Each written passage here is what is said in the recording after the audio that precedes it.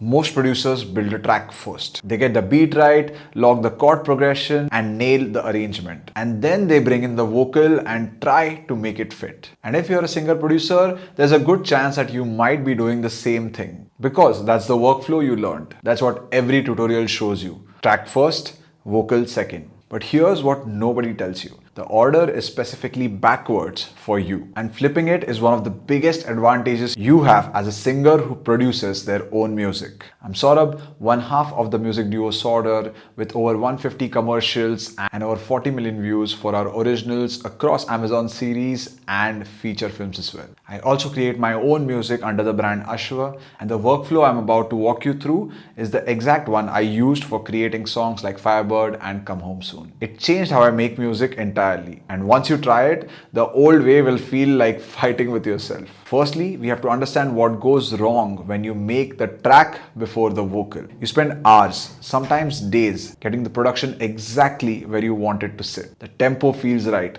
The energy is locked. The arrangement has a shape you're proud of. And then you sit down to write a vocal part over it. And immediately the constraints begin. The chord change happens too early for a phrase you had in mind. The groove is sitting in a place where you actually needed the track to breathe more. The energy of the production is taking the vocal in a direction where it feels wrong. Not wrong enough to throw it out, but wrong enough that you're constantly adjusting, compromising, fitting yourself in a space that wasn't built for you. So you adapt. You reshape the melody to the bar lines. You cut the phrase short because the next music section is already coming. You push the emotion of the lyric into whatever space the production left behind. And the vocal works.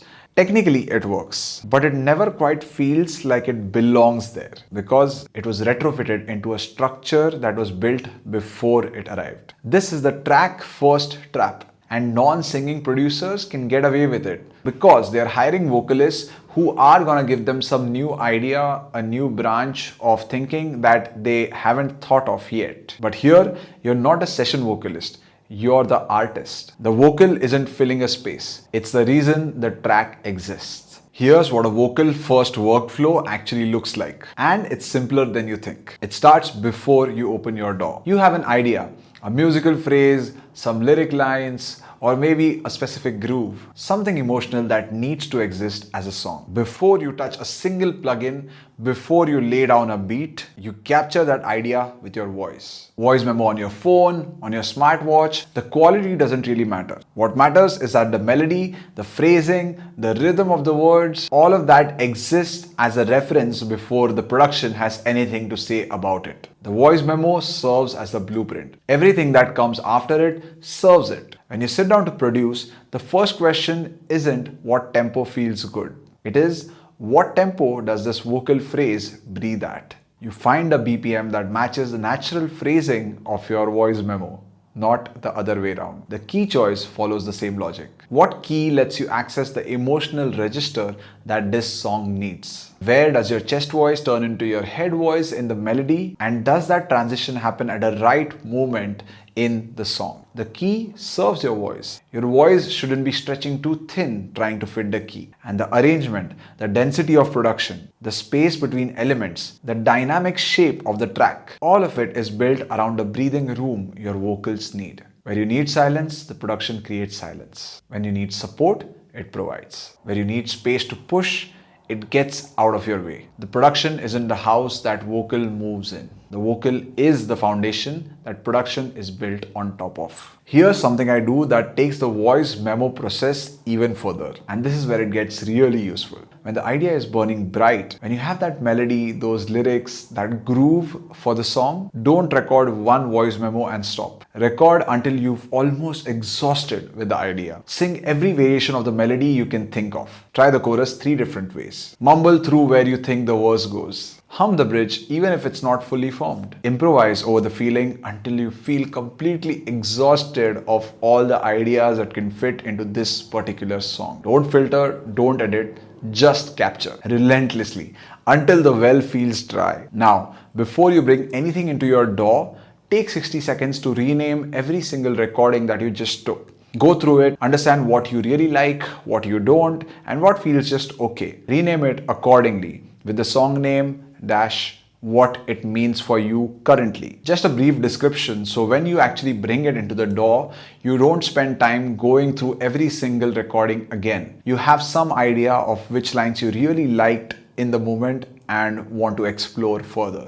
Now bring all of these clips into the DAW. Go through the clips again based on their names, trying to understand where you thought they would fit the best. And whenever you're sure that these parts belong in the song, mark it bright colored so you don't miss them. For the parts that you don't like, either put them on another track and mute it all, or delete them. Don't hold on to things just because of sentiment. If it doesn't suit the song, it's not a diamond in the mine of voice memos that you've collected. It's just a rock. Also at this time, keep your notes open because you might have mumbled through something that might mean something to you right now, and just write all of it down so you have all the ideas in the terms of lyrics and melodies all somewhere out there. Now start arranging them. You might have already named it previously, which makes it a bit more easier, and you have these markings so you can just select all those parts and see where they fit in your song. Now what you've done isn't a demo, it's a blueprint, a rough shell of the entire song, built entirely from your vocal instinct before a single production decision has been made. Now the track doesn't shape the song shapes the track. Now let me get specific, because the principle is easy to agree with and practice is where it actually makes sense. Tempo. Record your voice memo without a click. Just sing the melody naturally, as freely as you would if you were humming it to yourself. Then, when you bring the recording to your DAW, tap the tempo out. You'll often find that your natural tempo is a bit more unexpected than the other way around, where you would have set a tempo and then sung it yourself. And that unexpected tempo is usually the right one. Second, key. Sing your melody at full emotional intensity. Not carefully, not conservatively, but with everything you'd bring to the final performance. Record it twice, thrice, listen to the recording, and once you notice the parts that you really like, look at how they sound. Are they feeling too thin because of you having to stretch a lot? Then change the key. Drop it down, and vice versa. The key of the song should put your voice in the exact emotional intent that it needs to give off. Not where it's comfortable, but where it's truthful. Third, arrangement density. This one is about restraint. When you've built a production around your vocal reference, you can immediately determine when a single element is competing with that vocal space rather than supporting it. A pad that fills the same frequency range as your mid-range vocal. Counter melody that draws your attention from the main voice at exactly the wrong moment. A busy drum pattern that doesn't leave space for your phrasing to breathe. These clashes are obvious when the vocal came first because you have a clear reference point. If this is shifting how you think about your production process, hit like so you get more of these videos and can have a better understanding of how to record your own vocals for your own song. Subscribe if you haven't, and let's move ahead. Personally, this process didn't start as a method. It started as a mistake I stopped making. When I was building the track as Solder,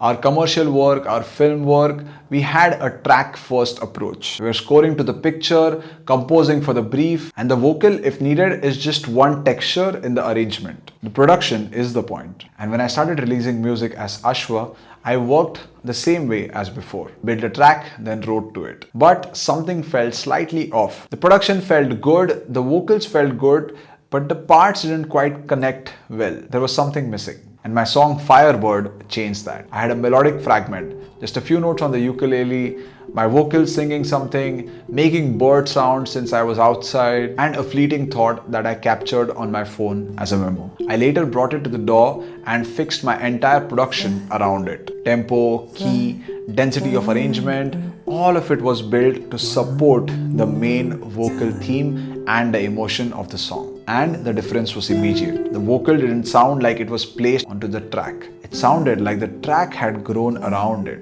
because it had. And that's when I realized the importance of this process. I want to name something clearly because singer-producers tend to undersell this constantly. This is actually something where singer-producers have a big advantage, especially if you're the songwriter, the producer, and the singer all in one. If there are different people for any of these roles, the process changes. There are handoffs, communication gaps, and a thing that gets built is a collaborative approximation of the idea. When you do it alone, the original idea is captured exactly as it is and converted into the track. Nothing is lost in translation.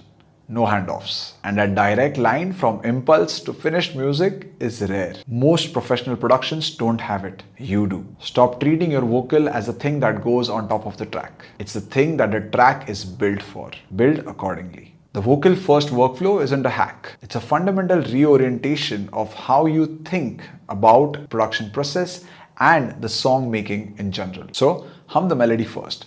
Record until the well of thoughts and ideas gets dry. Rename and organize before you open the door. Lay everything out, find the diamonds, mark them nicely, and then arrange them to build a shell of your song before the production process begins. Then find the tempo it breathes at, the key that works for the emotional intent of the song, and build the arrangement around the space that your voice needs. At every stage, let the vocal reference be the authority, not the production, not the plugin, not the template. You have an instrument that no piece of gear can replicate. Build a studio around it. I'll see you in the next one.